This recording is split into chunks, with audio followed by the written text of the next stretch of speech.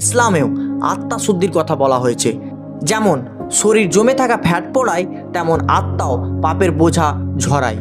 এরপর 14 থেকে 16 ঘন্টার পর শুরু হয় অটোফেজি।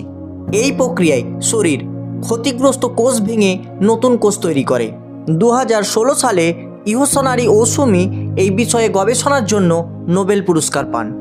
অটোফেজি মানে শরীর নিজেকে পরিষ্কার করছে।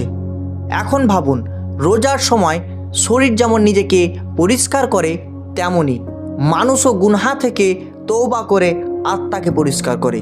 রসুল করিম সাল্লাল্লাহু তাআলা আলাইহি ওয়াসাল্লাম বলেছেন, যে ব্যক্তি ঈমান ও সওয়াবের আশায় রমজানের রোজা রাখে, তার পূর্বের গুনাহ মাফ করে দেওয়া হয়।